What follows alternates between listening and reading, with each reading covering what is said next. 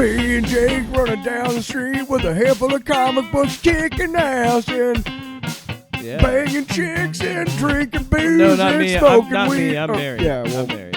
Jake Can't do that. Yeah. Off panel, off topic with Jake and Tyler. You were saying it last week, and I said it before. I'll say it again. I love that theme song. It's a great theme song. It's one of those. You know me. I'm Tyler. It's episode 228. You know Tyler. I'm Tyler. That's Jake. You know. But you know me, and like I love stories like Under Pressure by Queen and David Bowie. Like I don't know if you know the story or not, but they were all at the same studio. They were under pressure, and they were doing like massive amounts of cocaine. Okay. And so both of them did. David Bowie and Freddie Mercury. Freddie Saturn. Freddie. Oh, you know the English guy. Freddie Jupiter. Freddie, tank top. Back in my day, Pluto was a planet. Freddie Mercury. They both did their vocal lines without being able to hear each other. Really? Yeah. Is that why? Sounds like he's speaking in tongues at some point. No, but isn't that cool that they were still able to match each other? Yeah, and it's like we were talking about earlier of like how music truly is its own language. But like in the fact that like, you know what I mean? Like there's a specific way it's written. There's a specific, there's just again a specific language that is universal. Like it crosses the over. way that came about that theme song is so magical. You might believe in miracles. Are you comparing that theme song to Under Pressure? Because I would. Yeah. I would. I'm also comparing it to So a bona boldly. fide Christian miracle. Bona fide Christian miracle. So. Hey, you know what? Fuck, why not? So, we're already getting letters. I took the mic out of the stand. Took the mic out of the stand. I got my. Took the dick out of your hand. I got the relaxed waistband sweatpants on. Wow. I am feeling relaxed because for the first time in a couple weeks, because I'm sure we'll have some fucking show we'll want to watch and talk about at some point. But I need to watch Marvel Zombies, I guess. I wanted to watch it for the Spooktacular, but you couldn't commit, you bastard. Well, yeah, my fault all the time, isn't it? I ain't got time to breathe. So anyway, is I love the fact that there's an immediate okay, gunshot. wait a second. Hold up. Turn your phone up. Okay, now play it. I ain't got time to breathe. There, see? Less hiss. There you go. You got to get the machine gun shot in You there. gotta get the machine gun shot. I don't know what my problem is, but I'm Tyler. Hey, 3 minutes is That's pretty good, Jake. for you. I sang like in 30 Did we say seconds. fuck? Probably. Shit. Fuck. So. No. So my point Welcome is, to the show. we don't have a show to cover like we did with Gen V and Peacemaker, so we're kind of just mostly we got a bunch of books to talk about. When is the next show that we have to? I don't know. I saw a rumor. Something's coming out this fall, isn't it? Well, I saw. Hold Born on. Again Part 2 or no? It should be in March, I think. Uh, So I saw a couple things. I'm sorry, I didn't mean to clear my throat in the mic. gross. I've never done anything in the mic. So Clayface is still good to go for, I believe, September. I saw a tweet. Or November, maybe? I saw September or November. I can't quite remember. Of next year? Yes. I saw a 26. tweet that said that it was done filming. I'm like, who gives they a wrapped. shit? Who gives a shit? I'm interested. I really am. Because Who's in it? I don't know. Because here's why I'm interested. Because you've been fawning. What a weird choice of a word. You've been like opining to me. How much? I'm trying to sound smart. Pissing all over James Gunn. No, but that's what I mean. You're saying that you are at the point of like, okay, I've kind of had my fill of James Gunn for a while with the DC. I want to see some new blood. I want to see that. And I think you're going to get that with Clayface. And I think we're going to get something that wasn't really planned, and how that's going to work, and the fact that it's going to be a straight-up horror movie, and it's going to be rated R, and they're really going to go for it. I'm interested to see how that works. Yeah. Okay. Good luck. I mean, there's going to be an uphill battle because I don't think that a ton of people... I mean, yeah, people showed up for the Joker, but Joker is on a different level than Clayface. Not a lot of people know who Clayface is. unless maybe they played. If they're smart, Well, Clayface hasn't been in a lot of shit. if lately, there's but if they're smart, they'll market it like a straight up horror movie, and then at the end, and they will, and then at the end be like a property of DC. By the way, which is I think it's if they're smart. I do think that's interesting that they're going to be like, okay, we've already shown that we can do things that are adult oriented with like Creature Commandos and Peacemaker. Yeah. And now we're also we're going to keep doing that with this, but we're also going to do something that Marvel did but didn't go all the way with, and that's like release a like R-rated hardcore horror movie. Because while I loved Multiverse of Madness, that was still a PG-13 horror movie, which is where Clayface, it's probably going to be gory and gross and body horror, and I'm into that. Don't roll your eyes. You were just talking about The Thing last week. Yeah, but I don't... Let me pull that up here. I want to get the date. But anyway, so, yeah, we don't have a ton of news to talk about. There are a couple things. I did see some rumors that originally... So, Lanterns was originally supposed to come out before Supergirl. Now there's rumors floating around that it's going to come out after Supergirl. Like, it's done. It's in the can. I'm sure it is. And they're editing it. I'm sure like, it okay, is. but my thing is, I don't buy it.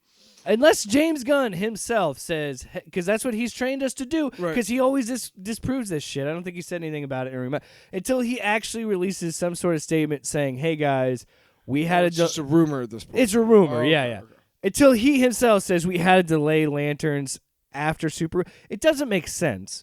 I know that he said that he doesn't have control over scheduling. Like What did we say? Because time out, real quick. I want to clarify something that he said, and then we'll jump onto your point.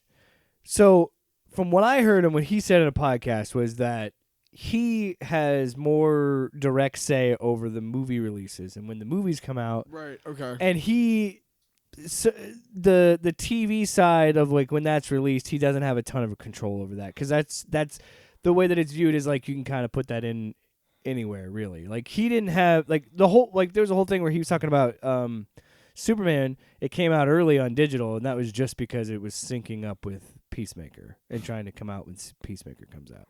That was not his decision. That's fine. But anyway, Lanterns. My point. Lanterns. Yeah. My point is. Sorry, I went on a diatribe. Every time we've had a new. This is what's happening with the DCU now. It's like let's announce a bunch of shit, and then do like one or two movies, and then fucking fail on the rest of them, and completely just shove them down the hill, kick the can down the road, and then you end up with the Flash. I'm serious. Okay? Now, by necessity, because of COVID and then the writer's strike, Marvel had to shuffle stuff. Mm-hmm. Which I think they finally righted the ship and are back where they wanted to be. Yeah, seems that way with Doomsday coming up. But I believe not only... obviously, Doomsday is... a big part of that is Jonathan Majors. Yeah, with the King stuff. Yes. But I don't know if we're in the same place at Marvel if we still have Kang. I don't know if we have Doctor Doom yet. Or what. Yeah. Or if even the first Fantastic Four movie would have been Doctor Doom. It would tease him at all, yeah. I don't know. I'm just saying, like, it happens, but when you're... the hubris... Every time they do this... It's like the fucking decision with motherfucking LeBron James. Not one, not two, not three. Like, shut the fuck up, right? Like, Stop with that hubris nonsense. I hate it. It drives me nuts. Because 9 times out of 10, it's not backed up. Yeah. So, don't give me that shit about James Gunn when he came on and he took over. He gave us all of this bullshit. And so far, I am not impressed. I liked Superman. You didn't like Creature Commandos? It was okay, but what was the point of it? It doesn't really tie into the DCU. We were told it's supposed to, but it didn't. It's not. It hasn't. Is he gonna come out with some bullshit like, well, that in the timeline that was after Superman? Shut the fuck up. No. No, it happened I think concurrently. I'm sure. Do you get what I'm saying? Yeah. When he took over and he did all this stuff, I was just like, you're lying your ass off and you're saying a bunch of shit to get reactions.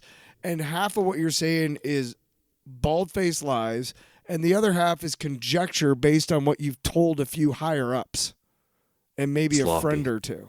That's what you say. Seriously. Sloppy. And he's coming at me with like, well, we don't do anything until we have a script. I don't think you know what you're doing. I don't think you have a plan. I don't think you have a big board anywhere. I think you're throwing shit at a dartboard and going, well, that one's stuck. Clayface stuck. You got to be kidding me. You got to give me a reason why Clayface is happening now at all. Do you? Yes. I don't know about that. Or else I'm done with this DCU. What's wrong with having a DC Studios label on something that is just exists because it's the same as like having a Clayface. Are you saying it's the same as a Clayface book on the stand, where unless you hear something incredible about it, you're not going to pick that TV show? But I'm saying you're not going to pick up that trade. Give me a TV show. I'm just speaking in comic books. You're not going to pick up that trade. Probably not, because I don't give a shit about that character. I don't really care about Batman that much. But why are you keeping us from Batman? Why don't you give us your Batman? I would disagree that there is a vision because of the Salvation thing. I think him bringing in Salvation and saying, being Man of Tomorrow being his next movie, I think we are going towards something. Here's the other thing. I disagree though. I think that Clayface can exist in that world. I don't see what's the problem. The other thing that gave me a lot of But you would rather it be a show. As soon as Superman became big and gave all those box office returns, all of a sudden, the next thing, we're not going to wait. We're going to do the next Superman movie. Why? Because all the shit you got coming down the pike is crap? I still think he was right. So you better get another thing out there. Supergirl is going to tank. Clayface is going to tank. Peacemaker's a piece of garbage. Stop. And Creature Commandos was a waste of everybody's time. Stop. Albeit well animated. And well voice acted. I think that he was already in the process of coming up with ideas and at least had a couple of outlines or kind of ideas what he wanted to do with the Superman sequel while he was filming it. I feel like that's what happened. And then he had to find a way to narratively justify how this would work. And how I know, and you know how I know that? Because that finale episode. Shut up! Because that finale episode, with all of he said, when all of them walk out after forming Checkmate, that's where that finale ended. And then he said he spoke with Safran, and they were like, "We should do this, and this is how we could do it." And that would lead into Man of Tomorrow, or that would lead into Supergirl, that would lead into Man of Tomorrow. So I think that he didn't announce it, but he had it already in his mind that he was going to do it. Because now he's like, he said he's done like his fourth draft of this movie. Like it's almost ready to go, because they're filming next year. I'm sick of it, man. I'm sick of the fucking James Gunn slander on this show. I'm fucking sick of it. All you used to like it, man. For 2 months, I had to sit there and listen to you. Can I tell you? I've been irritated with James Gunn ever since fucking Guardians of the Galaxy Volume 2 when you fucked me on Ego, you son of a bitch. And then you fucked me on the Guardians of the Galaxy, you son of a bitch. I'm starting to think you did. And then you fucked me on Rocket in Volume 3. You're lying, dude. You're lying. No, you didn't even like. I didn't like the way he did Ego. You're doing. You didn't even like Superman. You just making that up. I liked a lot of it. Wow, dude. Fucking revisionist. You fucking revisionist. No, I'm just kidding. The first, point of reference. The first time we saw it in the theater, and they had that discussion in her apartment, and there was that battle going on in the background, right? Oh no. Right? Oh, remember how funny that was in the theater? Like, oh, that's so hilarious. There's that battle going on. That's crazy. I hate this. Can we move on? And then when I saw it again, when it went to digital, the shitty James Gunn. To HBO, you brought it up, man. Fuck you. When it went to HBO, I'm gonna keep playing and I watched it again, I was like, wild, yeah. this is stupid. Why is he just sitting there while they're battling this thing? Why is that funny? Okay, It's not, so now you're okay. just making up bullshit. Now you're making up No. bullshit. That is a 'Cause you and truthful. That is a truthful thing. I thought it was hilarious in the theater. When I saw it again at home, I was It's like, showing "That's not that it's a funny." fucking universe filled with superheroes, jackass. And it's saying and that it's Superman is saying they can handle it. I'll be fine. It's what do you want? What do you want? Let's just move on. You just Son of a you bitch. just again revisionism. Let's play the tape. How much you love that movie? You just whatever, man. Whatever. You got Know when to hold him. you got JGDS. James Gunn derangement syndrome. I just hate him so much. Okay, what are we talking Why do about you hate next? him? Okay, you didn't like the second season of Peacemaker. That's fine. You want to know why I don't like James Gunn? Truthfully, he's the fuck. No, I don't want to know. Okay, 'cause let's I've heard move it on. for Let's 8 move on. weeks. No, we're ironing this out because I'm fucking sick of your attitude towards my man Jimmy Gunn. Jimmy Good and his brother Sean. No, but Let's move on. how can I? I don't want to talk about it anymore either. Go ahead. Long. I guess. Fuck you. How's that? It's a long box. That was a good one. Yeah, I beat you on that one, man. So I'm thinking we cross swords. Do we have Clarence fucking Boddicker on No, the we goddamn don't. soundboard we anymore? No. Well, do we have anything from RoboCop? Come on, don't bullshit me. Fuck you. I'm so mad. Hey man, if you think of all those sounds together, Whoa. There's still plenty of meat on that bone. You take this home, throw it in a pot, add some broth, a potato. Baby, you got a stew going. Oh, fucking Carl Weathers. R.I.P. Let's cross swords here. And Wow. Let's You're a fucking choir boy compared to me. A choir boy. I don't like that one. Oh, what? You don't like that one? I like his more like we used to have like Total Recall, and I think we do have a couple of Running Mans. But I'm not a huge. Just for you, and then we'll actually do what I want to talk about. Come on, Cohagen, you got what you want. Give these people air. Get Your Ass to Mars was always a good one for us to get We're back on the track. air. Get these people air. Hey, hello, mic check 1 2. It must be repeated that one of the funniest jokes that totally was off the top of my head, that is still one of my proudest, is when the movie Air came out, and I had seen it and I really liked it. Come on, Cohagen. And I was here about ready to do the podcast, and I asked your wife, I asked Ashley, I was like, "Hey, Cohagen, have you seen Air? Come on, Cohagen. Go see Air. Have you seen Air? The movie. It's a great movie. The movie with Ben Stiller and the Ben Matt Stiller. Damon and Ben Ben Affleck. Yeah. Yep. And Matt Damon. So a movie I watched over the weekend. I've been meaning to watch for a while. Finally got around to it. The Naked Gun with Liam Neeson. Was that your long box? Yeah. Okay, I figured cool. we could dip in there. We could, like I said, cross swords. Scissoring? Yeah, maybe. With our ideas. Scissoring with ideas instead of legs.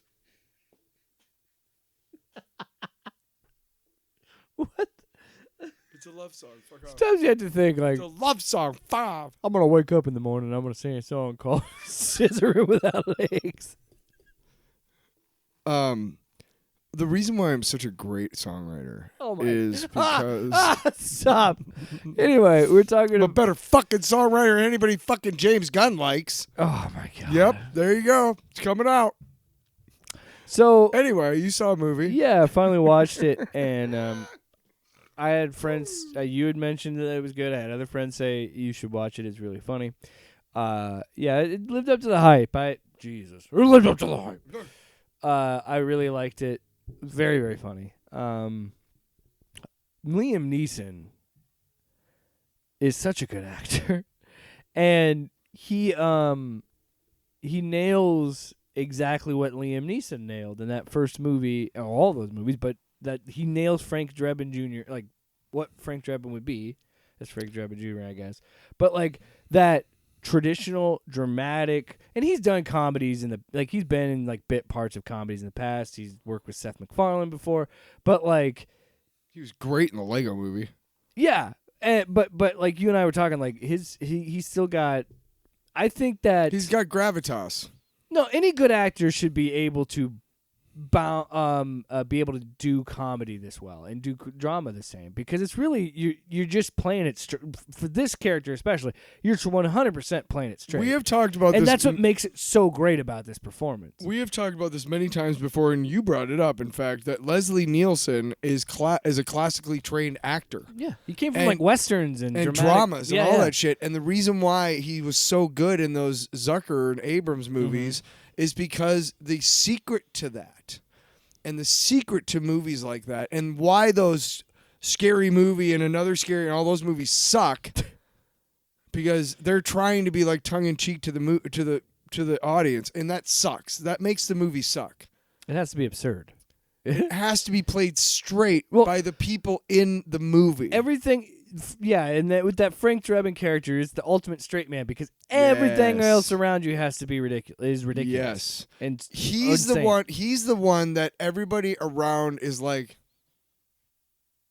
And the like, But he is oblivious to how stupid. I am such a he is. sucker for My favorite running gag oh, was yeah. how many times he was like driving and somebody would hand him a oh, coffee the cup. coffee bit.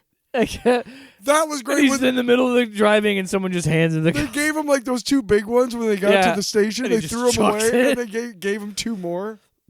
And then the genius casting to have CCH Pounder be the fucking police chief. Oh, so good. Yeah, God damn it. I love Oh, and the fact that her husband was never awake. You better not wake him up. He's got a big exam tomorrow. And then the fact that he stayed asleep throughout the whole third act of the movie.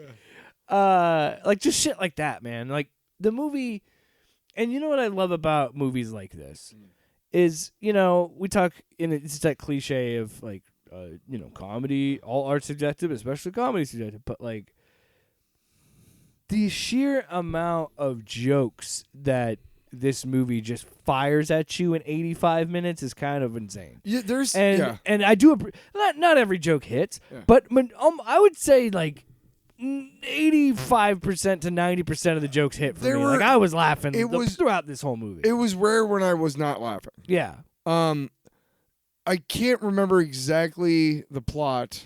Who's the bad guy? Oh yeah, that like the tech Danny guy. Houston, who's always the villain. He was every actually movie. pretty good. There was a moment. Oh, the part where he took his scar off and then reapplied it. oh, dude, and That was then pretty funny. the part where No, you when can't.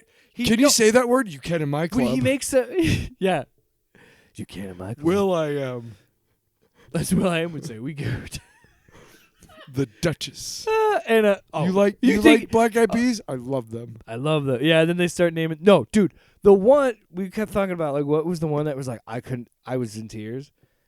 The fucking TiVo bit about Yes! Buffy the Vampire Slayer. My God, Ashley and I are sitting there watching it, and we are dead because she actually watched that show, so she's laughing at all the references. Right. I'm just laughing because, dude, So absurd. dude. Liam Neeson fucking crushes that scene because he is so damn funny. Like just being like, "Let me see it. Did you connect to the internet? God They're damn it. deleted." Is this an Ethernet cable? Damn it. I specifically said do not That's connect to the really internet. bad. Those are just gone. They're gone. Gone forever. The musical episode gone. Oh my God, the sex scene. When they conjure, they give they go into reading a spell book, and it conjures up it gives a sentient life to the snowman. Yes. And he was And jealous because they like, wouldn't it turns have into like sex a with it. horror movie. Right. was the thing. It was too. so random. Like sometimes, okay. like you just sit and you watch a movie, and it's like either I'm in, The music starts turning all dark and shit. It's either like, you're still 100% in, or you're like, what the hell am I watching? For me, I was like, this is so stupid. I love every second of this, just because, again, clearly written by people that love the original, love this shit and love that, and get this style of comedy. I mean, Akiva Schaffer, he's been with Lonely Island and MacGruber and like all this shit, so he has a background. Dude, say what you will about Family Guy. I think Jorma directed. I got a lot of shit to say about fucking Seth MacFarlane or about Family Guy, but Seth MacFarlane is a genuinely talented, funny dude. He's funny.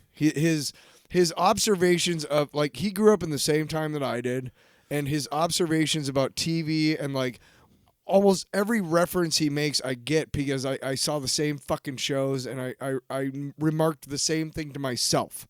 Like, that's weird or whatever, right? And he was executive producer on this. I think it was more Akiva and Jorma doing the heavy lifting. But there's a couple of writers on it, but yeah, I everybody in the cast was great. God, there were some cameos that I can't remember now. When they're fucking closing down the police station, there's just The Spirit Spirit Halloween. But my favorite joke of all that made me laugh because it was so funny, but also so true. It just and the way he delivered it was, but like a teenager with 3 babysitting jobs, I didn't need another babysitting job. Oh, dude, some of the quotes. Or the scene with Cody Rhodes when he's like, "You shot my brother." Yeah. That could be thousands of people. Yeah. In the back, Yeah. that could be hundreds of people. No, the part And then that when he finally said he was white. That made Oh, me Tony. die when he punched the bartender and his face turned kept into a changing. Muppet. Yes, that made me shit my pants. And that right after that was when she came down the stairs and bumped into. I was like, I almost pissed my pants because all that happened at once, and So- I had to rewind and watch. I'm an idiot when I watch like movies and it makes me laugh. I have to watch it again like right away because I'm just like that was so good. I'm such an addict. I'm always chasing the high. Remember how it was when you first saw it? Let's see if you can get it again. Some of the quotes, one of these, dude, this is the one that made me cackle. Like, what the fuck? And she had the type of bottom that would make any toilet beg for the brown. What? The way he describes her And a butt that seems to say, "Hello, I'm a talking butt." Yes, that was a good one. Hello, I'm a talking butt. All right. Oh, dude, there's a couple. There's another one I had pulled up here because there's like a Reddit post of all. Oh God. Man, UCLA. I see LA all the time. I live. Oh, the fucking body cam scene. When he shits the shitting, and then the fact that he like, because it's a callback to the pissing joke in the first movie, and the fact that he's like talking about how much he hates himself, and he goes, "I had 4 chili dogs that day." And then he has him again later in the body cam, and he's eating another one. He's just like, "I'm so bad." "Oh, I hate you, Frank." And then I had 4. Electric. Back in the day, only 3 things that were electric: eels, chairs, and Catherine Zeta-Jones in the 2002 hit film Chicago. Yeah, it's a good movie. It's a Drunk a little bit. I just woke up. When it's a spiritual successor to the first movie. And let's be really honest. The second movie is pretty good. The open of the third movie is classic because they do the OJ joke in real time with the scene from Untouchables with the babies. Yeah. But you know the joke I'm talking about? I would never forget Fergie. Yeah. Do you know the joke I'm talking about? Let me tell you the joke. So O.J. Simpson is walking down the street, and there's a fire in a building. And the firemen are like, OJ, all our ladders are broke, and we don't have a trampoline. And there's a baby like up on the 8th floor. And we were wondering, you have the best hands in the universe. Clearly, from playing football, we know that. So if the baby is like, the kid jumps or whatever, and you can catch the kid because you have the best hands in the universe, can you do that? And he's like, sure, I'll do that. And he goes, okay, and the baby, and it's coming down, and the baby's coming down, and OJ's going back and forth, and then he catches it, and he spikes the spotlight, right? No, he spikes the baby because he catches the ball, catches the baby. Everybody's like, oh, yay, OJ, and he spikes it, and he does the fucking touchdown dance. Yeah, that's the joke. And in that open for the third Naked Gun movie, they have the whole bit with the Untouchable scene with the baby in the bus station. Yeah. But it's like a shitload of babies. And while Frank's doing something, like in the background, you see OJ keep catching babies. And at one point, he spikes one of them and does like a touchdown thing. And it's great because it's actually OJ acting out the fucking joke that is one of my favorite jokes of all time. But I haven't been able to tell it since OJ murdered 2 people. Why is that the second time we've talked about that in this one episode? Because he was in this other movie. 2 more quick ones. One that made me giggle. First of all, yeah, Pamela Anderson. You're right. Still looks great. Still smoking hot. The fucking her profession is that she writes true crime novels based on fictional stories that I made up. And then PonziSchemeArena.com was pretty fucking PonziScheme.com Arena was pretty funny. No, and she's got major comedy chops too. She's always been funny. She was in a movie, or she was in an episode of Just Shoot Me as herself. But she pulled it off. Yeah, I think when she did the fucking jazz scene when she's scatting. Yes. It was pretty good. Good shit, man. Good shit. Recommend. You know what I want to and do? they're dating for real, I understand.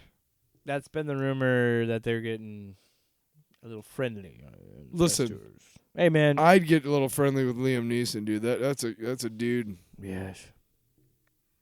Probably just 2 people that are in the later stages of their life having fun. See, I mean, she's not that as old as he you is. see- he's much older, but You see, I'm comfortable enough in my own sexuality to know that it's okay to say that Liam Neeson is a hot dude. he could get it. He could get it. If He's he like wants. 6'5". He's And- really tall. And And in Hollywood, that's like gigantic. he's got a beautiful accent. Yes. All But right. he's also Did got you the have good- anything you wanted to talk What? about, or we What? can I- jump into the news for I a little thought we were bit? going to talk about the news, Do Jake. some books. I thought we were going to talk about the news.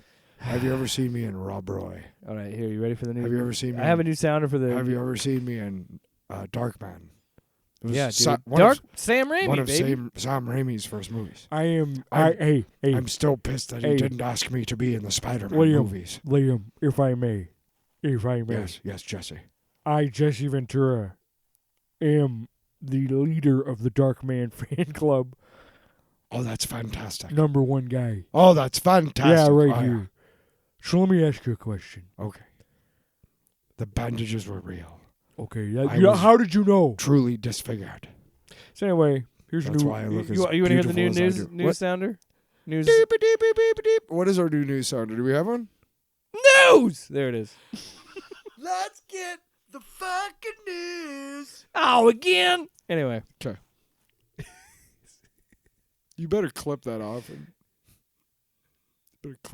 and make that the sounder. you better fucking do You better fucking Do it. the fucking clip of the news. And do the Bad news for the box office, Oh, is it? everybody. Well, as you and I have talked about it, like it is frustrating because you and I have both said on this show that we love going to the movie and doing these movie reviews, actually going to see them in theaters and coming back and talking I about. like being able to go about 4 or 5 times a year, which is about the average time we go. But- By the way, are we going to see Nuremberg on Friday? No. What? We have a movie to watch this fall, don't we? Well, Running Man is Predator is this weekend, and then the weekend after that is the Running Man. Are we going to see Running Man? Maybe I need to finish the book. I haven't read the book. Oh, come on. I'm about halfway. I've been reading King Sorrow. I'm sorry. Oh, well, that's more important, isn't it? Well, There's a movie coming out about that, isn't there? No. No, there isn't. So what the fuck, man? You don't understand, man. What I the fuck? I have never bought a book that's like freshly new like that. Okay, I could not crack it open. Really? No. I used to Usually do I that- get stuff I like used later. to do that all the time. Not like new, like fresh books. I I usually used to get do it later. that all the time. Anyway, so what I was saying was Shout out Prairie Lights, Iowa City. Excuse me. Jesus. So Give me it is that complication where it's like it is fun to go to a movie theater still and see a movie with a friend and have some popcorn. I'm always aware of But- how much it's expensive. Yep, but but yeah, fuck me, man. It is ridiculous. you have to be prepared for it's that. ridiculous. I always go into the movie theater experience going, hey, Like we always go to matinees, so the tickets are not that expensive. And where we live, it's not nearly as bad as other places. Right, we live in Iowa. Yeah. So it's like $11 for a matinee, which is still stupid.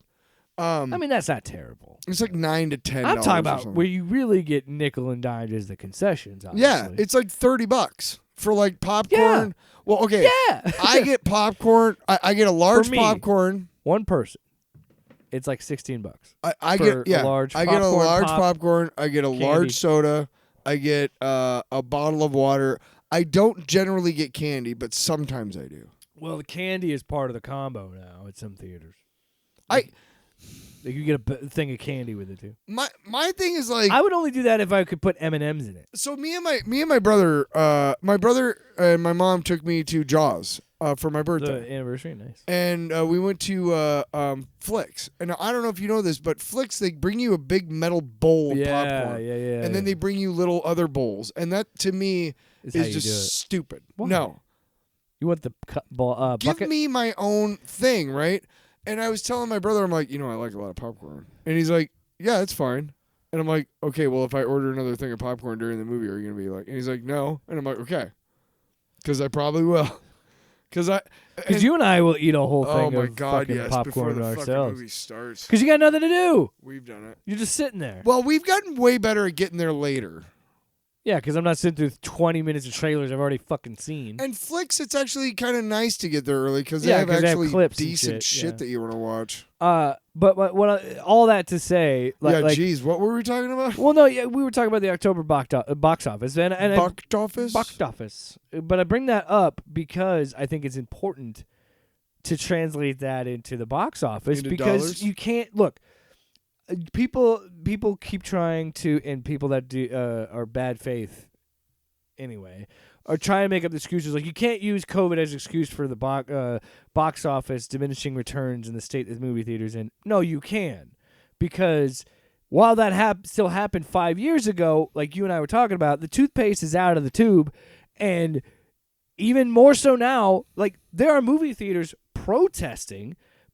Warner Brothers being for sale because they know if Paramount buys them or Netflix buys them, that's gonna really severely kill movie theaters. That's gonna price them out of a lot of movies. Yes. And you know what? Sad... You know what? Because, I don't even can know... I just say real quick? Yeah. Because this country's a fucking joke. It'll happen. Mm-hmm. Someone's gonna buy Warner Brothers. It's gonna fucking take movie theaters, and it's gonna everything's gonna keep crumbling because we live in a fucking dystopia. But the thing is, they want to have their cake and eat it too. They want to have people. They want people to go to theaters, which is already an overpriced mess. But they've already shown us these movie fucking companies that built themselves up off of movies seen in movie theaters, and only then did the rental market become a thing, and then they could count on, okay, maybe we get a return from the rentals. Now you're trying to make us. You want us to stay home to stream shit, but you also want us to go to theaters. There's not nearly enough hours in the day. Even if people stayed up 24/7, which would be dangerous to their health, and watch nothing but Netflix, you would still not be able to watch all the content on Netflix. That is a problem, Tyler. Unless you're strictly watching shit on like Tubi. Or like on an antenna or something where there's like always ads. But what I'm saying is, think about it this way. They're trying to rail you twice. Yeah. They're trying to rail you and then bend you over the barrel and rail you again because they're trying to screw you over on the subscriptions, which, by the way, hey, without warning, price jump. It's almost like... Price jump. No, hold on. Hold on. I'm not done yet because you're right. Absolutely, just like everything else. But then, then it's like, okay, pay me $20 a month to watch all this shit, okay? And how? Do you care? I mean, do you know? I'm still going. Go ahead. And then on top of that, you want to charge me $20 fucking bucks to go see said movie a couple of months, maybe a couple of days. What? 30, 45 days before it's on your stupid ass streaming service that I'm already fucking paying for. So why would I go to a theater? All of this is your own fault. You all deserve this because you all saw what Netflix was doing, and rather than, okay, let's kind of work with there, maybe do something there, maybe we could kind of do our own thing. Keep them in their niche. Yes, because now you've decided that every goddamn company has, and it's the same. I'm sorry. It's just so frustrating because it's hard for me to feel bad, and I do feel bad in some level to the people that work on these movies because the box office hitting a 27-year low for October is bad on that level. But at the same time, I'm not going to cry tears for fucking Disney or any of these companies. I'm just not, because they continue to it's the race to the bottom, and it's like you said, there's only so many eyeballs. There's only so many hours. How am I going to pay for this shit? You want me to watch it all the time? Well, how am I going to pay for this stupid service? Because I got to get out of my house and go to work to pay for it. And could it possibly be that these companies that are making all of this stuff happen are the exact same companies that are making sure that we're stuck in this stupid cycle of work, weekend, work, weekend, marriage, family, life, death, birth, birth, death, life. My whole thing is like, where birth, life, death. Get it straight? Why do we even bother having an FTC? Because first of all, they shouldn't have approved AT&T and Warner's fucking merger years ago, because that's the thing that started this whole shit show, because that was the precedent. Because all it takes is one dipshit to just do it. Dude, look at college football and the buyouts. Look at our president. The head coach buyouts. Everybody was like, no way will they fire James Franklin because it's too expensive of a buyout. They got enough boosters, yeah. The buyouts for Division I college football coaches at this point in the season, like, I don't know, a couple weeks left, are, I think, $173 million total. Oh, that's disgusting. The best job in the world I want you to go to any starving kid in your town, because guess what there's going to be, and explain to him that he can't eat, but you just got a $20 million buyout to sit on a couch. Yeah. Explain to him how that's fair and how that makes sense, and I will let you have that money all fucking day. I mean, I can't do anything about it, but if you can't do that, then you need to give that fucking money back. So I think there's only really... You heard me, Lane Kiffin. I think there's really only two paths. Well, not two, but... Two paths that you can go down. There's a couple of paths that they can go down, but I think, like, when you look at what happened in October, so, again, 27-year low, and here's some of the movies that flopped this past month.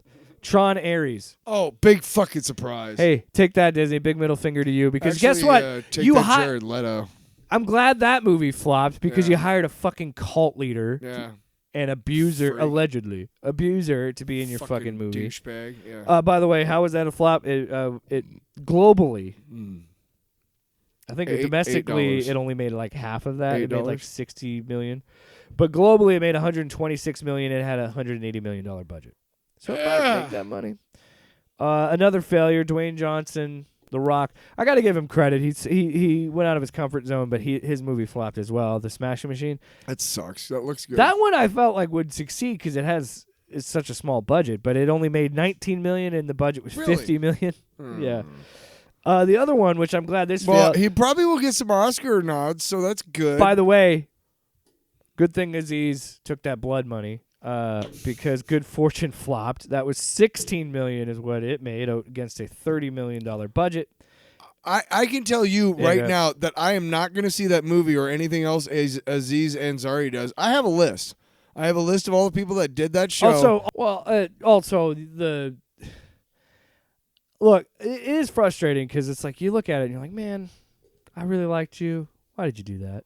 Why did you do that? And you're right. You should put your foot down. Like, we should say, hey, we shouldn't go and do comedy festivals and do our job, like, do an entertainment whitewash of the fucking country that did 9/11. What you say to those people is you say, no amount of money that you give me can put up with the fact that you murder homosexuals, people, murder women who have been raped for reporting the rape. I mean, that's chop up fucking journalists. Awful. Yeah, you need to. Somebody needs to say, I don't care how much money you have. Your money is dirty. Yeah.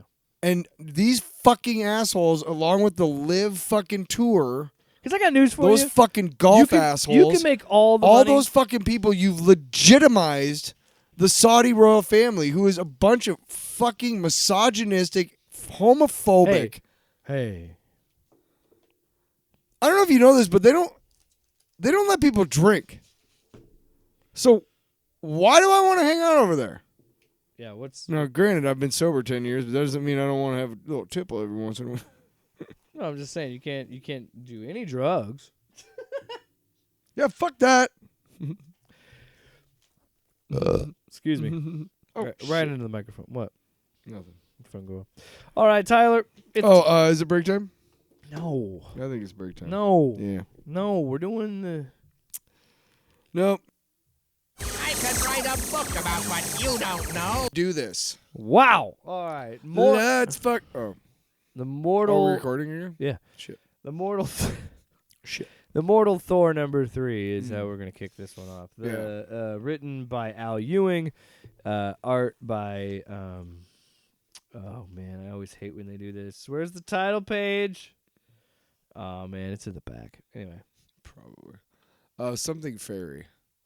His last name is Ferry. Pasquale, I believe. Pasquale Ferry, yes. Yes. Pascal Ferry. I'll admit, I still don't necessarily... How we got to the Mortal Thor, I'm kind of like, whatever. It's another Loki Thor thing. Sure, And it still is. yeah. It still is. You mind that shit for decades. But I will say, 3 issues in, it's an enjoyable book. I'm enjoying... I actually really dig it a lot. Now, I don't... Do you want to know why I enjoy the book so much? Go ahead. Sigurd Jarlson was Thor's alter ego during a lot... At the beginning of Walt Simonson's run, Don Blake was still around. In fact, Don Blake was still a big part of the Thor mythos when Beta Ray Bill was created. No shit. Eventually, they got rid of the Don Blake persona and all that stuff. I don't remember if Don Blake was a real guy or if they just, got rid of him. Just sort of like, okay, you're... but then at some point he had an apartment in New York because he wanted to be closer to Midgard, which is Earth, what they call Earth. And he wanted to be closer to Midgard because he was a member of the Avengers and he wanted to make sure, that he had a base of operations in New York. So he had an apartment that was largely a empty apartment with a mattress because he was almost never there. But his name was Sigurd Jarlson. And he went and he did the Sapristi family, who is his daughter, shows up in this and gets him the job, right? That's or maybe even his granddaughter, but which is more likely. But the Sapristis, there's actually a really good the issue where Thor crossed over into the Mutant Massacre for 2 issues back in 1986. And in the first issue where he is drawn down into the tunnels to find out what's going on and he fights with some of the Marauders, he is at first he is hanging out with the Sapristis. Yeah. Because he is working for Jerry and Jerry's like, "Hey, what are you doing tonight?" And he's like, and he's like, "Come on, have a, home cooked meal and stuff." And it's actually really a touching scene cuz he's like hanging out with the family and he's like, being Thor, but he's Sigurd. So the fact that his alter ego in this is Sigurd again, and at one point he says, "You are not me." Yeah, that's what I was going to bring up. Yes, He says, I am dead, Sigurd Jarlson. I am dead, and you are not me. You have nothing of mine. I suppose it would be Jarlson, wouldn't it? It is winter now. Yeah, you call yourself Scandinavian, Tyler Allen? Fuck. Anyway. And I was... Now, and all I was is buried under the snow, all but one thing. There is wrong, Sigurd. And where there is wrong, you break the sky to riot, for that is who you are. Write it. Yeah. And that is who we are. So yeah, he's still not Thor. He's not, doesn't possess. As far as we know. He doesn't, can't crack lightning yet. You remember, okay, so you remember when Obi-Wan was like, what I told you was true from a certain point of view. Like, you fucking dick. You lying ass motherfucker. Why didn't you just tell me it was my dad? Dick. And hey, hang on. I think that's a lot Obi-Wan bullshit. I think he really is Thor, and that's Al Ewing's way of saying, my farts smell good. Yeah. I don't know why I think Al Ewing talks like Bill Clinton. My first smell Hey, good. man, I just shit my pants. Listen, It man, smells I'm right. going to have some McDonald's. And then... Also, Hey, we're kind of introduced you know what to... else? Or I ride Thor. the Oh, Serpent yeah. Society is after Yes, interesting. him. So, yeah, they're on to Led him. by Don Blake, apparently. Yeah. Interesting. Weird. Right. Yeah, what? What are we doing here? I don't know. What's I going on? kind of like it. What? Huh? Hey. What? Yep. But so what happens is he gets a job at a construction site. Another thing happens where Loki intervenes and gives him papers to show that he's a citizen and all that. And he's like, at one point he's like, why are you interfering with this? You know, what's going on? But he's just like, it's a good story. But so he gets this job at a construction site, and then the Serpent Society show up. And again, like you said the last issue, taking things and making them the same, but adding a little twist. And it shouldn't work, but it does. The fact that this stupid hammer still has a rope attached to it is awesome. Yeah. And the fact that he clicks it to his wrist, like there's a hook on his wrist for it, just in case the motherfucker tries. He's just ready. Because, you know, Thor came to him in a dream and said, you break the sky. And he said, I'll do that. And then he beats the shit out of the serpents. Like, there's a surprising amount of gore in this book. Yeah, surprising. Like, the brain matter Yes. coming up. And it's awesome. Yeah. Because he just beats the shit out of these serpents. The action scenes, I really like the... there's times when I look at the art and I'm like, okay, you're a little abstract there or whatever, but that's his style, and I think it's a guy. That's his style, and I'm okay with, like... One of them, his teeth are coming out There's- of his head. Like, there's- oh my God. There's something to be said for his kinetic action Yeah, his sequences. they move. Yeah. Yeah, and it's believable. Like when he throws it, and like the Yes. blurred look of the handle of the hammer flying at the dude, and Yeah. like, and then the next panel, it's that hammer hitting the dude in the face, Mm. and then so many panels. The way that he visual, and that's all dialogue, or that's all action. There's no dialogue there, and you and I both said we love when comics do that shit. So he eventually stops fighting them, and then it ends he ends up winning the fight, and it ends with Odin showing up. Asking Loki what So he's doing. satisfy my curiosity, Scald. Tell me, your father Odin, what exactly you are up to this time, and pray I enjoy the tale.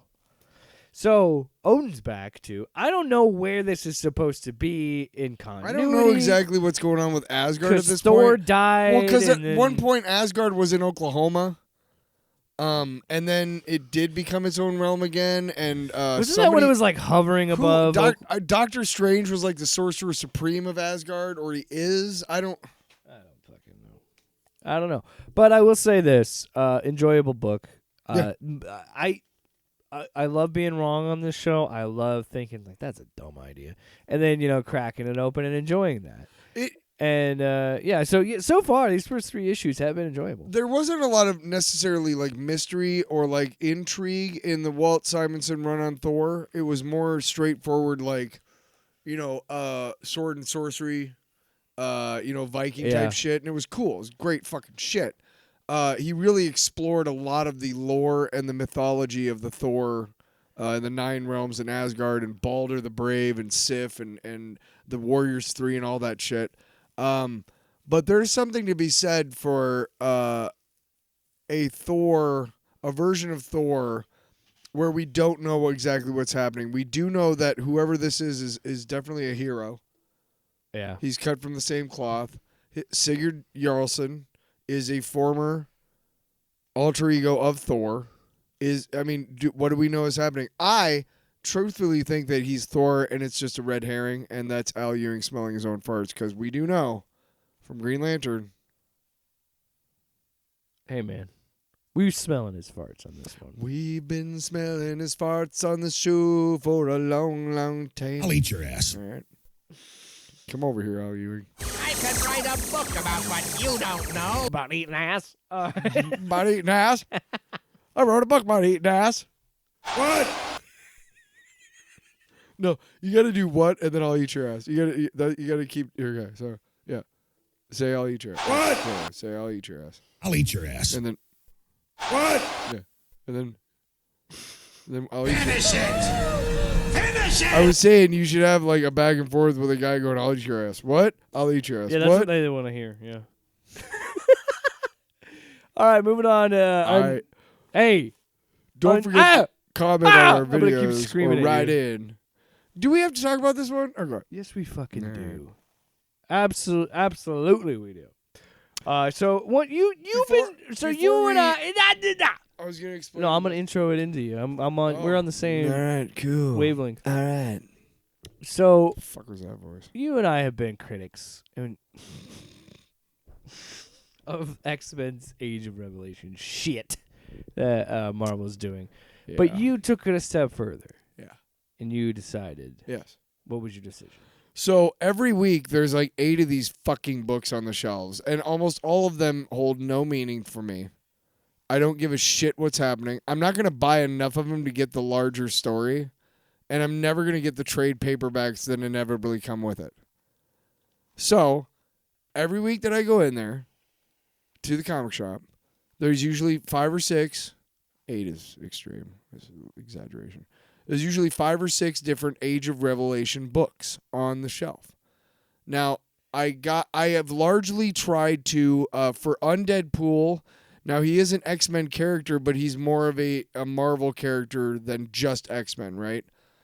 Yeah, I mean, his origins come from X-Men. Radioactive Spider-Man is Spider-Man in this new mutant world, whatever, right? So what happens is Revelation does this thing where it's a ripoff of the Age of Apocalypse. It makes mutants stronger, or it kills them, and then it makes humans not be able to speak. I don't know. Okay. Are you talking about that? No, his mutant. He became a mutant, and his healing factor fucked with it. No. Oh. I'm saying that there's people in here that can't talk. They're calling babbles. Oh yeah. So the babbles are what happen when to us normal people, and then mutants either die or get even stronger from this. I don't fucking care. So anyway, Undead-Pool number 1, written by Tim Seeley and Carlos Magno. We will review Radioactive Spider-Man next week. So once a month tomorrow, we're doing one? No, we're going to do one each week because I'm going to get one each week. Why? Why are you putting me through this? I don't give a shit. Anyway, let's we talk about the book? Can we breeze through it? Because I don't give a shit about it. Yeah, Go ahead. I know. Talk about it as much as the other one. Talk it as much as you wanted to. The main course is Batman fighting everybody later. Oh my god, yeah, it is. So anyway, Undead-Pool. You and I were talking about this before the show. Of like, it's a book. So it's essentially it certainly is a comic book. it's like you're saying. So he's explaining the mutant virus in the book, and like you were talking about a little bit earlier. So his healing factor, he keeps his consciousness, but he still can't control the fact that he's a zombie. Like he still needs to eat people to sustain himself. So that's how he can still crack jokes while being a zombie. So he runs up on this group, and I like Tim Seeley. I think he's a good writer. I think he's got funny humor, but I gotta give him credit. I love the fact that he gave us meaningless rip-off characters and then fucking gets rid of them. I kind of love that. But I wanted to name them off here. You ready? First, we got Magni, as Deadpool put it. Magni. What? He's their Thor guy, complete with lightning bolts and Nordic cheekbones. Fantastica. What? She's a stretchy character like Reed Richards. Mm-hmm. We got Kid Man Thing, which is a pretty funny name. What? You can guess that. He makes plants and shit. Wow. And then there's Fearless, who is blind like Daredevil, but she's got telepathy. And then, pretty much saying that all the humans are babbles. They don't speak, and they're just kind of... Yeah, he's explaining this and that, and basically... then he says that the babbles are what they should be afraid of. It's Deadpool, because he's like he's Revelation's weapon. Like, he points him where to go, and he just eats people. So he kills this team pretty much, except Fearless, who is the Daredevil rip. Oh, excuse me. Jesus. She's not red though. She's blue. It's different. And then when he gets to her, he essentially realizes that he can start to take over and talk and gain his sentience because he's eaten. Yeah, I read that part and I was like, no, I'm not reading this stupid ass opposites attract fucking road trip bullshit book Go to hell, Tim Seeley. Go to hell, Marvel. Your ideas aren't even. They're not even worth the crap they're printed on, man. Why are we? But that's what gets me about this is like, if you were gonna do that, clearly they don't have a ton of. And I'm not saying it was. How do I phrase this? Because I do like Tim Seeley. I do like Tim Seeley's work. What are you gonna say? But man, I'm scared. Well, no, it just. There's not a lot of confidence in the book if they were going to, because I feel like it's like, and again, maybe this was always the plan, but I feel like the way that story was going, they were going to kind of take a couple issues to slow play him getting his abilities back, but they didn't, and they fucking bailed because like, we got to get this book to sell, so by the end of that first issue, he's got to be able to crack jokes in the next issue. Well, I don't know how long the Age of Revelation goes. Is it 3 months? Is it 6 months? I don't know how many issues there are going to be in each fucking thing. When they had the Sins of Sinister storyline, that was 3 months. And I liked that crossover a lot because it had an end in sight. And it was this. It was, hey, we're going to give you what happens in the 10 years from now in this alternate timeline until the next round of books. Okay? The next round of books is plus 10. The next round of books after that is plus 100. The next round of books after that is plus 1,000. And then there's a book to wrap it all up as they get back to the regular timeline. That was quick and simple. Yeah. And I knew about it, and it was so fucking good. It is such a good... we got to do that at some point. The Sins of Sinister. You've been talking about that for a long time. So fucking good. All I got to say is Juggernaut Bullet. Okay.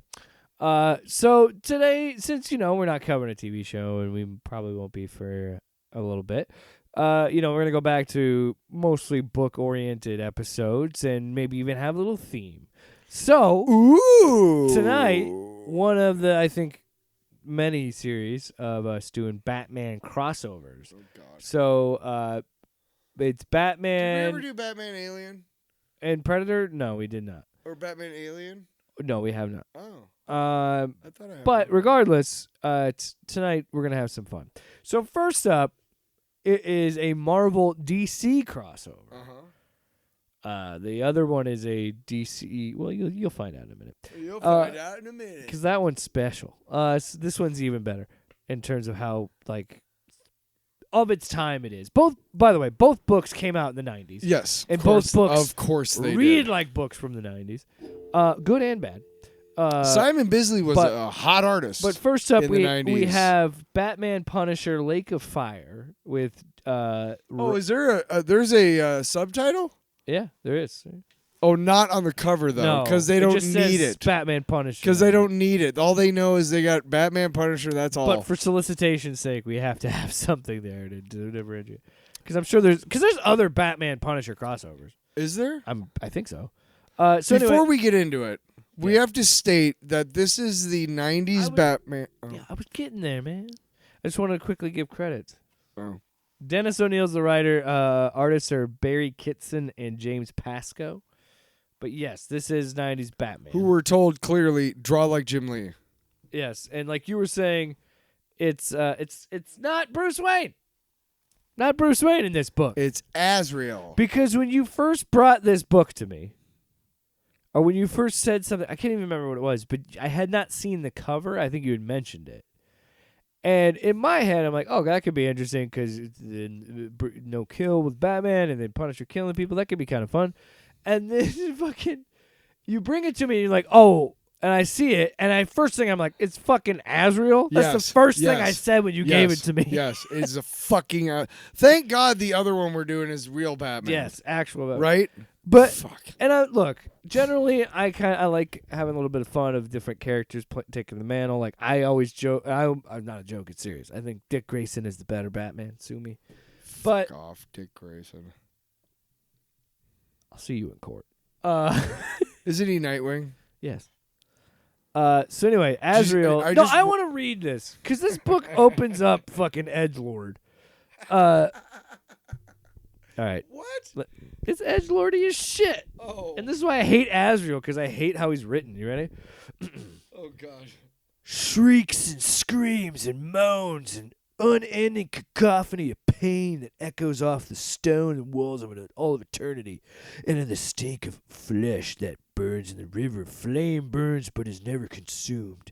Here is a place of torment. These are the doomed. These are the damned. These are the souls whose pride and arrogance and disobedience earn them the punishment which will continue long after the sun is ashes. See them, hear them, witness their fate, but do not pity them. They deserve the agony.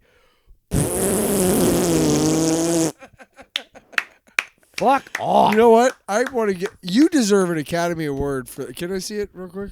Fucking agony. Can I see it? Saint Dumas. Which I know that's probably not how Azrael would sound. Oh, God. But that's how I it hear totally him. fucking is, dude. Because that's this move. And This it's this, such bad artwork. It's just it's like every art. It's like every figure in this drawing is done by a different artist. And I swear to God, this book feels like it's like, look at my dick, testosterone. You know, like, let me flop my hard penis on this table because I'm a guy. And this is the source of the fiery river. See what I the mean? just and remorseless retribution the wretched suffer. A blazing sword clutched in the fists of the holiest of heaven's chosen, the venerable Saint Dumas. He waits, he watches, he knows, and he judges. He peers into the depths of your being and he names you. Saint Dumas! He calls you fool. He calls you heretic. He calls you sinner. No, not a heretic, not a sinner. I'm a loyal servant of Saint Dumas. He awakes without sleep, knowing that he has been sleeping. And he speaks aloud, though there is no one else in this huge cavern. Let me see it. Saint Dumas! Saint Dumas, no, not a heretic, not a sinner. Saint Dumas! Saint Dumas. That's a fucking drop. I want Saint Dumas. I want to make a t-shirt and like us just like looking at it, screaming up the Saint sky. Dumas. So then we cut from that. By the way, why is Azrael's fucking monologue in third person? He turns to the like every time he has an inner monologue, he's referring to fucking. I hate him. I hate him. No. The narrator in this book is supposed to be omniscient, third person omniscient. Oh, get fucked. The only time we have Just have him have Here's the problem with that is that we have Punisher's war who journal. monologues. Yes, because So- we have his journal. So of course I'm gonna think that Azrael's monologuing. That's piss poor writing, isn't Jeez it? I'll bet Louise. you anything he had about a week to write this. They were like, dude, Yeah, get on because it. his plot is just. Oh, it's there's no- We're not even gonna Yeah, get into no. it. But No. I want to get into. Jigsaw and Joker. Time out! All right. I want to get to the Punisher pod. That's all. I wanted to get Good. I want to get to the introduction of Punisher because Okay. that's just as stupid. Oh yeah. So here we go. Is he wearing a duster? And now I'm gonna narrate. Is he wearing a duster? Yes. Why? Why? That was such a Middle dumb of the night, let me 90s wear thing. a leather jacket. Oh my God, such a dumb I blame Gambit, motherfucker. It's green Anyway. too. Is he Fucking yeah. idiot. Okay, Okay, here, go ahead. here we go. Okay, let's do it. Few places are worse than New York. Gotham City is one. Why is he? Go ahead. I don't know how the fuck I ended up in Gotham, but I'm here. No, I just made that up. I'm here because it's where the trail of a mook. We keep saying mook in this fucking book, dude. Yeah. Mook named Jigsaw took me. My contract said I'd get into this bar. It's cruddy. That's okay. I'm used to the crud. This punk he's getting to a bar fight, and then he goes. So bad. God, no. What was some of the just some of the shit? Oh yeah, so Jigsaw is. By the way, Jigsaw's master plan is there's a device that can turn water into fire. So he's gonna dry up everybody. That's his secret. Yeah. Such a dumb fucking plot. Such a dumb fucking book. So yes. in my head, I'm like, oh my god. He's gonna make water as soon into as fire. so as soon as he Such a douchey. As soon as he gets the address of a church in this book, I'm like, that's how he's gonna meet fucking Saint Dumas. And so he goes to the wrong address, and he gets in this church, and the church gets lit on fire by this nun, Of course. this person that's working for Jigsaw that's dressed as a nun. Of course. And then Azrael breaks through, and you see the glass breaking as he comes through. And then here's Punisher. Either what's coming toward me is a hallucination or my sins have caught up with me big time. And if it lifts me out, I pass out probably just as well. I don't even want to read the rest. I don't even want to look at the rest of When it. he kicks the door open and I feel the night air beginning to cool away the heat that stings me, I start to revive. I can't get to my feet, but I don't have to. He carries me outside. Then the church belches fire and implodes. Fucking war journal. No, I want to get to the end of it. Yeah. The point is that it's set, at some point it's made known that the Joker is behind Of it course all. they show up and fight because it's a crossover. You know, that's how it goes. And then here we go. Oh God, this part gets me, dude. What? This is where we have to laugh and you're wondering why do you keep screaming Saint Dumas because of this fucking sequence. Yeah. So they're fighting these babbles in a cave, right?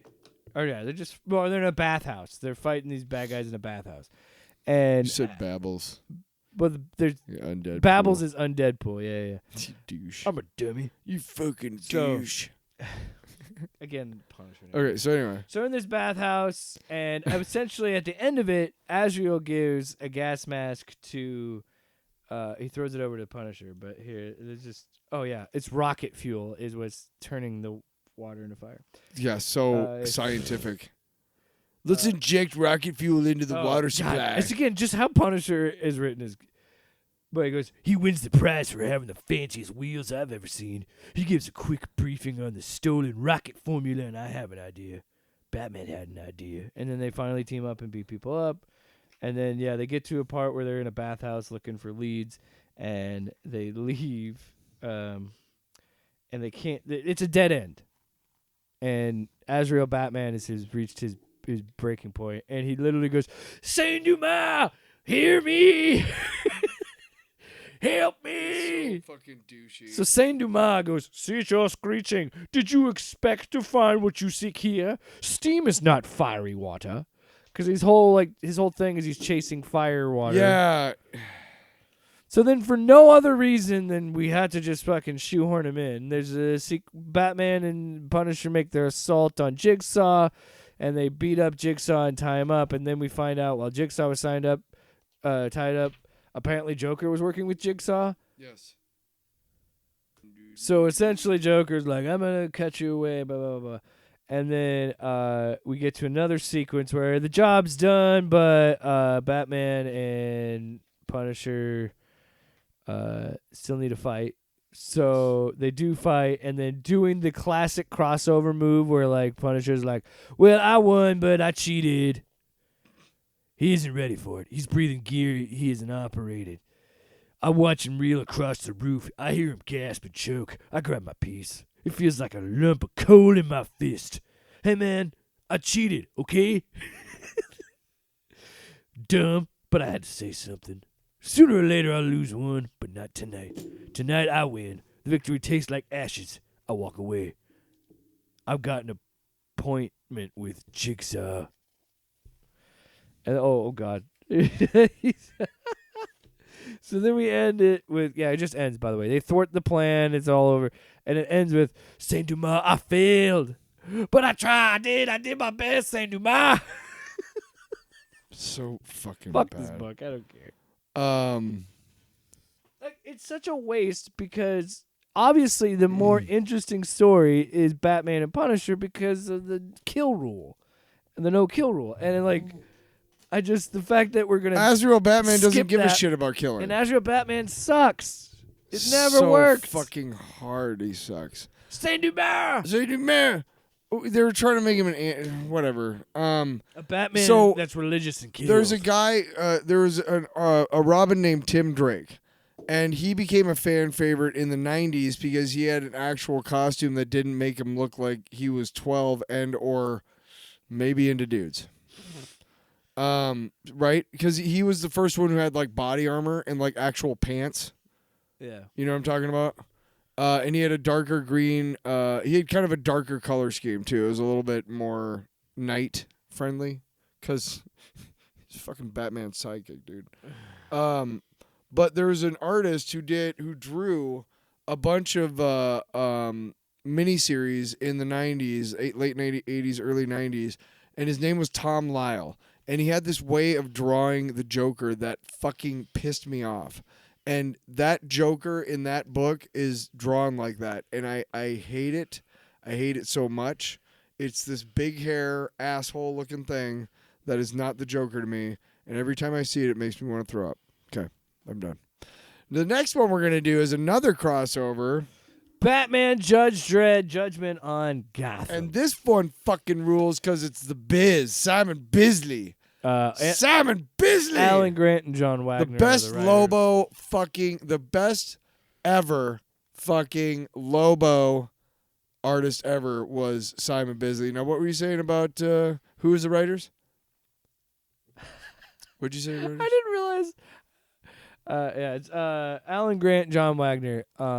Both Alan Grant and John Wagner got their start on 2000 AD comics, which is what Judge Dredd. These two crossovers. The reason why we shit on the Batman Punisher book because it's not Batman versus that one, but yeah, there's a lot of another reason that we prefer this one, this Batman Judge Dredd book, is this book makes fun of itself. This book doesn't take itself seriously at all. No.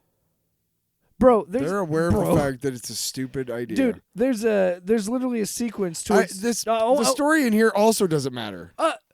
But they do a lot more to connect this story than Batman and Sure, Punisher did. but because really- that just assumes that Gotham and New York City just exist in the point same world. The point of this book, the point of this book is to have Judge Dredd and Batman fight.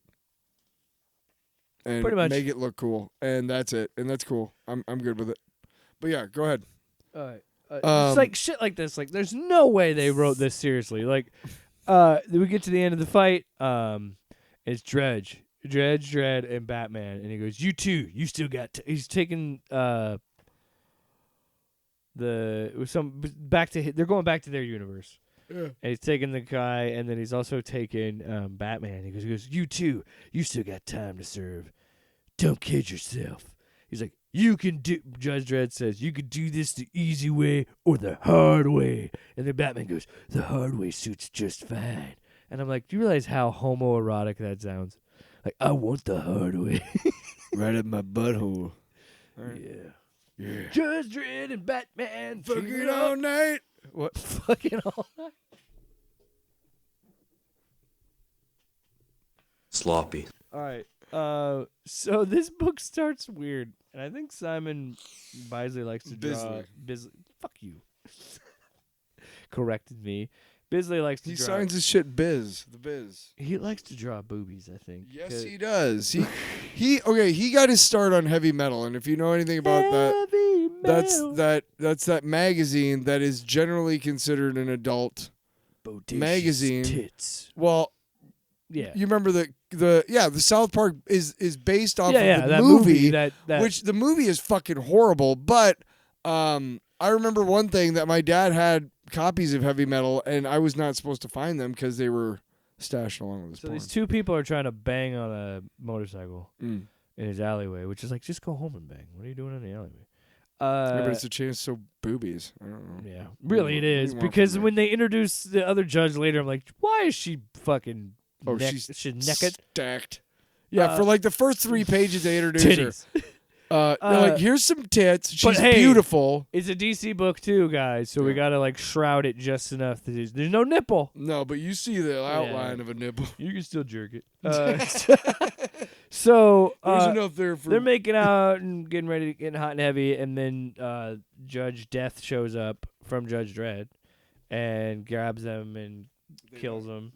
And there's screams, "Alert the Batman!" Ooh. So Batman goes over there with some cops, and the scene where he sticks his hands in his face is cool. It's so gross. I love it. It's excuse me. The Biz really likes to draw angry, ugly faces because a lot of people are scowling and it's gross looking. Like ugh. Generally, the women are all stacked and warrior women, like with armor and shit. He does it, and all the dudes are ugly and hugely muscled. But I was gonna say, in his defense, but it's gorgeous. Look how. I love it. Batman's pretty stacked. Dude, I fucking love Simon. Dude, I have to find a trade paperback of the Simon Bisley. I can't remember Keith Giffen. I remember maybe, but the first Lobo miniseries. Look at that face. The gas. The first Lobo miniseries is so good. Now here's the thing about Simon Bisley. Okay, he works generally in paints, right? Yeah. Excuse me, goddamn Coke. Now, don't mean the Columbia marching powder. He generally works in paints. Now, there are panels where it looks like he maybe kind of not half-assed it, but kind of like dashed it off a little bit. He works in comics, but he generally has a long time. It takes him a long time to finish, right? So, like, he can't really be like the main artist on a book. Didn't he do the Max? No, that was Dale Keith. Oh yeah. Sam Keith. This reminds me a lot of the Max too. But this kind of style. So the Lobo book that I'm talking to you about is mainly penciled and inked, and it's a very different style. It's still Simon Bisley art, but it's a little weirder. It's really cool, but we'll have to find the trade paperback of that because it's fucking so good. So anyway, Batman defeats Judge Death, and then he finds out how he got there. Defeats Judge Death, Which was like a portal device that took him from the Judge Dredd universe to the DC universe. Yes. And so he comes back, and he's introduced to Mean Machine, which I love. He's a big oaf. Didn't they have him in the movie with Stallone? I think. I didn't see that one. Or a version of that. It's not good. I've heard that. What's his fuck in it too? Rob Schneider. Rob Schneider is a dick. So anyway, Mean Machine, this is one of my favorite running gags, is he has a helmet on that has a dial that he keeps changing to make him meaner. Yeah. The dials show surly, mean, vicious, brutal. Those are the 4 options. And then, throughout the story, he keeps saying, like, you don't want to fucking make me go up and crank it up. So he fights Batman, and then while they're fighting, they get arrested by Judge. He throws him off the thing, but he catches him because he's Batman. He's not going to let the guy die, even if he's a dick. Judge Dredd shows up and arrests Batman. Then we got to get to it. Yeah, he definitely drew a nip there, and then they made him cover it. Like, how? There's no shadow there. So anyway, he gets detained, and then we get a call where it's Anderson, who is his longtime psychic partner. Yes. She shows up, or a version of her shows up in the Dredd. In the Carl Urban. Yeah. Yep. She's his partner in that. She's the rookie. So she answers the phone and is like, Batman, again, just butt ass naked. Well, she's got underwear on, I guess. No titties. Her titties are out, I mean. See, again, just her ass. Next panel. It's a longer panel, too. So she essentially... I'm just trying to find the trade paperback of that first Lobo. So she shows up, and I love that she reads Batman's mind, and then it's just a chance for Bisley to just go crazy with his rogues gallery and like all the shit. Oh yeah. He's arguing with Judge Dredd because Dredd's trying to get him in jail for a long time, and he's like, I didn't break any of your laws. I just fell through a fucking portal because you got this weird Grim Reaper looking dude in my universe who's just snatching up people trying to bone in the alleyway like a good American. So at some point, Batman breaks out of his restraints and just punches Judge Dredd in the face. So Judge is like, not just a technicality now, creep. Judge assault, 10 years. Make it 20, because Batman just starts fighting him, and he's like, fuck you, pretty much, you know. It's a good one. No, my favorite panel was like subdue him, and then all the other judges run in and just just beat the shit out of him. Yeah. So Anderson breaks eventually. Judge Death. He runs into Scarecrow, and he's like, "I need you to get me a dead body to live in, because I'm a fucking cool." It's a whole thing. It's a whole thing. The funny thing about that is his design is a biker, which is cool because he like takes the biker helmet and like claws down the front of it to look like his old like helm, which is kind of cool. And then, but it was funny that they used like old meat to be his chest, his arm piece, his shoulder pieces. So he's trying to kill a bunch of people, and he's like, "Let's go to the let's go to the Living Dead concert, Living Death concert." Which I'm like, "What the fuck are we doing?" Mean Machine also came through the portal, and he's at the concert, and so now everybody's going to the concert because Batman's going there, Judge Dredd's chasing after Batman, going there because Judge Death's going there with Scarecrow. I'm skipping ahead here. So Batman and Judge Dredd. Oh my god. Oh my god. Can we talk about the song? No. So yes. So, why? You always do this. Go ahead. You always do this. Go ahead. No. I don't like it when comic book writers try to make songs. Yeah. So anyway, he's trying to. No, I just think it's funny because like of all the things for Judge Death to do, he starts fucking singing. Like, what are we doing?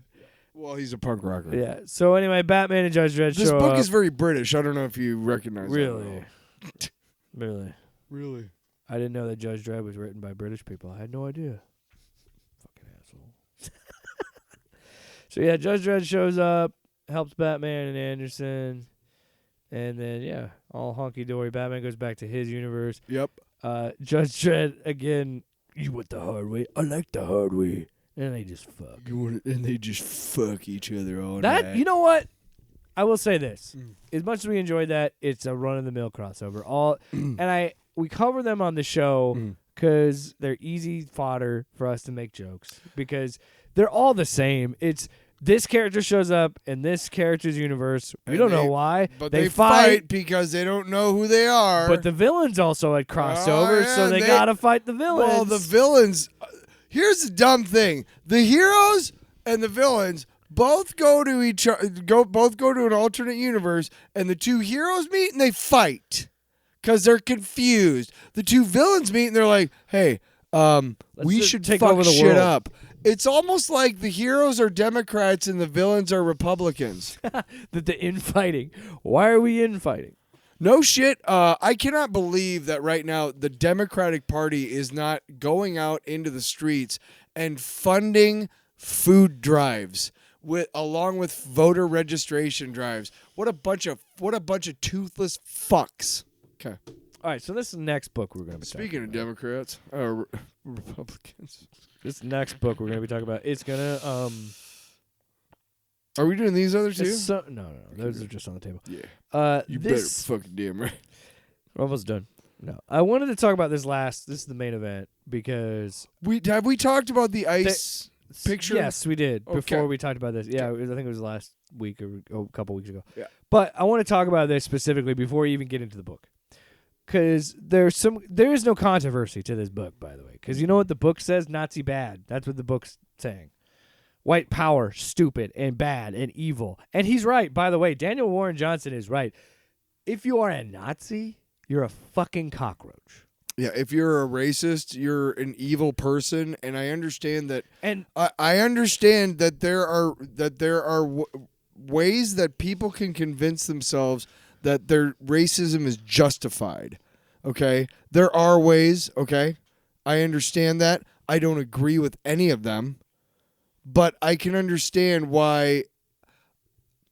I understand why it's such a problem bringing these fucksticks who have been radicalized to the far right back, because I understand how easy it is to get people who are disenfranchised to join up with something when they're telling you that you're no good, and then they tell you that they can make you better. You should be suspicious, because. Yeah, and I want to just say, this is one of the few times I really enjoyed an annual. Racism's bad. So this is the absolute point Batman annual by Daniel Warren Johnson. And again, this is one of the... And there's another story, but we mostly just read the Daniel Warren Johnson I don't story. remember. Yeah. I wanted to see what the annuals were like. Okay. But yeah, I really like an annual. And Because they're usually self-contained stories. It's a cool way to We're bring going in to talk a guest. about annuals a little bit before I mean, we get do we into really the need actual. to? I mean, a little bit because I then want. let's get it now because I just want to kind of get into the book. Oh. Well, I mean, I don't want to get a fucking. I We mean, can do it after the book. I don't. I'm not. I get what they are. Like Are you trying to hurry through the show? Yes. Well, let's just Why? get to the book because I want to talk about the book. Too long, didn't read. An annual is essentially after a book has been out for a year. I was gonna say, yeah. Well, okay, you right. have a guest It's writer not- and a it's guest not- artist. They're it's not- self-contained stories. For a long time, annuals would go and they would be like, every year. And sometimes if a book Yeah. was out for a year, whatever, and smaller books that wouldn't make it a year, whatever. But annuals are like all-star games in sports. Yeah. The people who make them think that we want them, and we are all about the spectacle. It's just that more often than not, the spectacle falls flat. We're gonna read about the MLB All-Star Game, but it probably I'm not falls gonna flat. watch it. Yeah, we're gonna Yeah. read I'm about gonna say the you- Pro yeah. Bowl, blah blah, right? But here's the thing: back in the '90s, like they did try. Both comic book companies, the major two, tried to make their annuals mean something. So what they would do is they would do like 4 different annuals and link them together in groups and have them be different different stories, connected stories. So you'd have like the Punisher, Guardians of the Galaxy, like I don't know, She-Hulk, and like Wonder Man, and that would be the 4 people, right? Or the 4 comic books. And it was an interesting idea. They also had company-wide crossovers like Atlantis Attacks, which a lot of that stuff is still canon in the Marvel Universe. And then also, God, there was another one. But yeah. So I will say this. Oh, Serpents, yeah. I applaud the absolute universe, and I applaud Daniel Warren Johnson to give us something really interesting and unique to an annual where it's like this very self-contained story. It's very quick and cut dry. But the thing is, I haven't read a ton about this. I just read that he said that there was speculation that these guys are dead, like he just fucking murders these people. His response to that was like it's more of like Popeye style, like cartoonish violence. Like he's like, it's more of a cathartic thing, and it's a little bit more tongue-in-cheek, a little bit more humorous than that. I choose to believe he killed him because fuck him. But because I'm not going to cry over dead Nazis. Fictional, Also, it's a comic book. fictional or otherwise. Anyway, this plot is simple. The fact that it's a comic book... Batman shows up. Before we move on, the fact that it's a comic book means that I don't have to make that distinction. Yeah. If I want to believe that he killed him... Okay. Sure, why not? If I want to ease my conscience and believe that he didn't, okay. Yeah. I'm not about advocating violence on anybody. No, we're not saying these. Yeah, No, we talked about this. I'm not saying yeah. to light somebody up with a fucking No, torch. of course not. I'm not saying do that like he does in this, but so essentially he there's this town outside of Gotham, Slaughter Swamp, that is essentially overrun with. It's a pretty quick read. White There's supremacists. The plot is pretty. Oh cut my and god, dried. dude! You turn the page. The art is the thing. The page splash. What will you do as Batman is standing there with a flamethrower and a burning Nazi flag is behind him, and I know we're talking a lot about the shit that's around this book because there is a lot around this book because there. You should not be upset by this story. Yeah. Hear me out here. You need to be upset by the context of the time that this book was put out. It says 2025 on the cover. And you need to understand that people feel compelled to write whole entire stories about Batman beating the fuck out of these people to get the point across. We are not allies. You are not okay. You are not welcome. You're not saving America, motherfucker. Because I got news for you. In case you're places like Miss Kitty's in Clive, Iowa, you are a Nazi bar. Because you let a Nazi costume in your fucking bar on Halloween and you didn't kick that piece of shit out when you had the chance. So you're a Nazi bar The now. fact that you let him in. So we at the fucking door, you should have been like, no, dude, that's why, go the fuck home. That's why people like Daniel Warren Johnson write a story like this where Batman does this to continue to drive home that point. This is not normal. No. This is not who we are. Motherfucker, Your grandparents, your great-grandparents fought this shit in World War II, dumb shit. And that's what Batman is saying in this book. And this book, let's just get into the violence of it because it's amazing. Well, all you the need art to know is crazy. that if you are in the cult, the far right MAGA cult, if you're in the white power shit, if you're in that shit, you're weak. They want to tell you that you're strong so that you'll do whatever they want you to do. The people who recruit you into these awful fucking clubs. But I'll tell you one thing right now is that you're weak-minded. You're weak-minded because it is hard to understand and to do the right thing sometimes. It is hard to interact with your world and your community when you feel disenfranchised, okay? And you know what the wrong fucking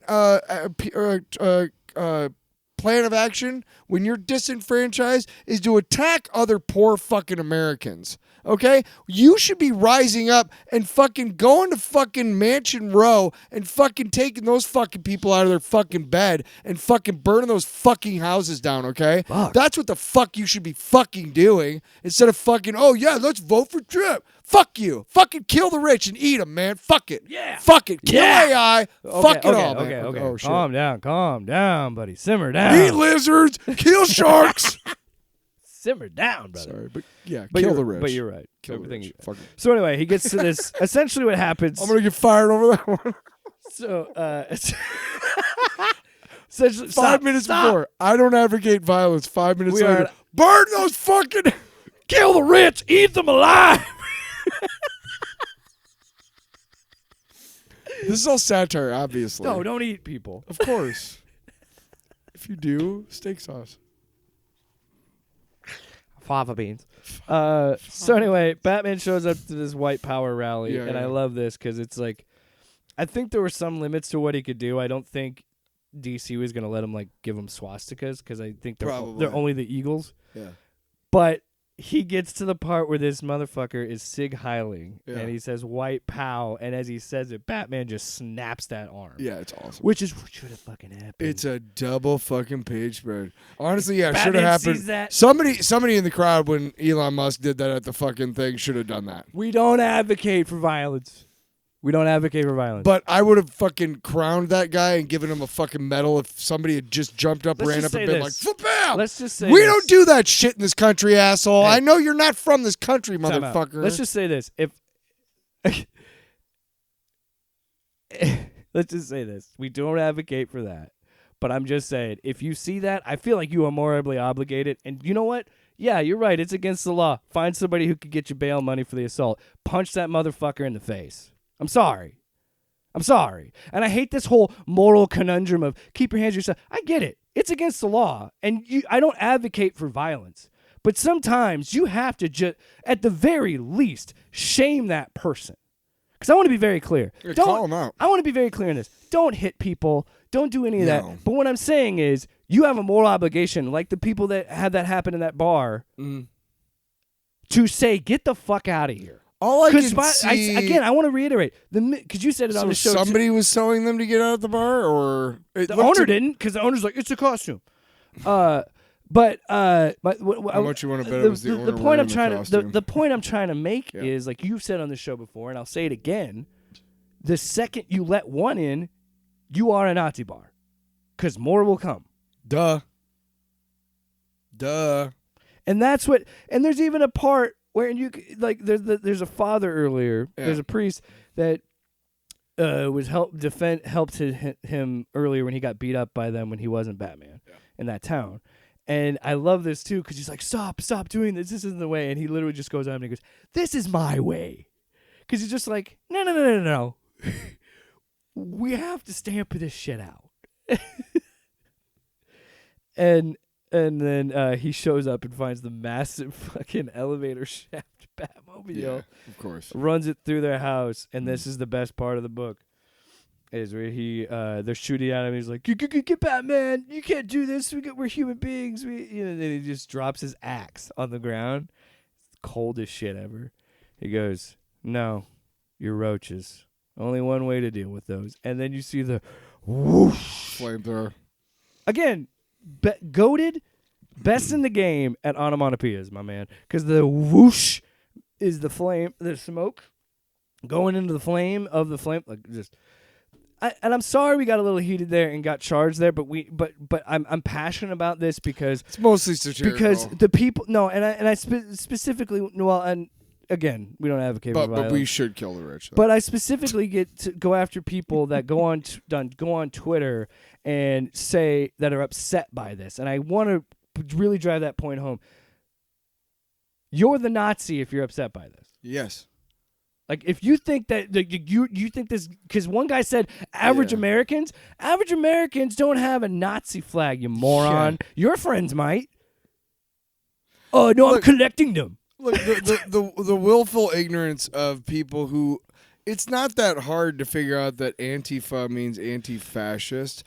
And if you're willfully ignorant to the point where you believe Kristi Noem when she says they did find the girlfriend, dude. We kidnapped the girlfriend of the founder of if you're that willfully ignorant, I got fucking nothing for you, and I hope to God that you don't fucking vote. Can we? Because you're a piece of shit, and you need some serious therapy to get over the trauma of whoever hurt you that would cause you to feel this way about other human beings. Because you are awful at this point in your life. You are not a good human being. Also, shout out to the cover of this book. It's fucking incredible. Daniel Warren Johnson is just having a fucking blast, dude. I would love to meet him someday. We quickly reviewed. Maybe he'll come to whatever next year. That's what I'm saying. I'd love to see him at a con or something.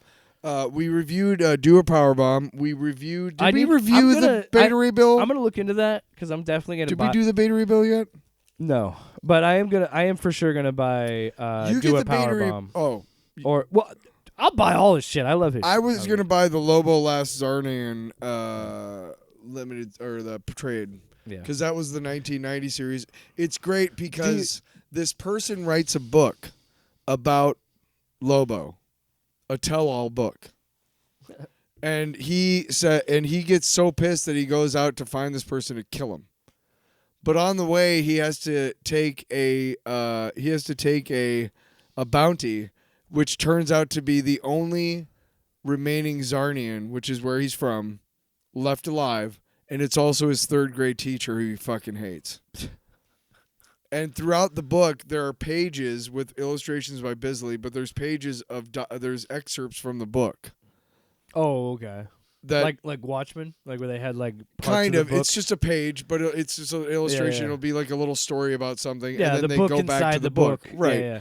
But it is fucking everything that Lobo is to comic readers now. It started with JLI, the Justice League International, and Keith Giffen. Yeah. But it became that with Giffen and Grant and Bisley, and it was like, oh boy. Anyway, no, I was gonna end on a joke, but the joke passed. I'm sorry, you fucking dick. Sorry. And then the second Lobo miniseries actually made fun of the whole alternate covers thing. And, like, the first issue has 3 different covers, but they're all on the same book because it was making fun of the X-Men, the 7 different covers. Yeah. So they had 3 different covers, but it was all on the same book. So each inner cover has, like, different things. One is, like, like an activity page, and one is, like, just a story about something, and then the other one is just, like, a coloring book page or whatever. But Keith Giffen is one of these people who was very, very disgusted by the way that the comic book industry just hoard itself out in the 90s with like die-cut covers and fucking foil covers and holograms and all these collectible fucking covers and all this shit. They're still doing it now. They have like variants and stuff like that, but it's not necessary. Like back when that X-Men book came out, you were expected to buy all 7 covers to make sure you had the set. Didn't matter that all 7 books were the same fucking book. Yeah. But you had to have the set. And what was the 7th cover? All 6 covers in one fold out on one book. How fucking stupid is that? And we all bought it. I bought all 7. We all bought it, Jerry. I bought that shit, Jerry. Off panel, off topic with Jake and Tyler.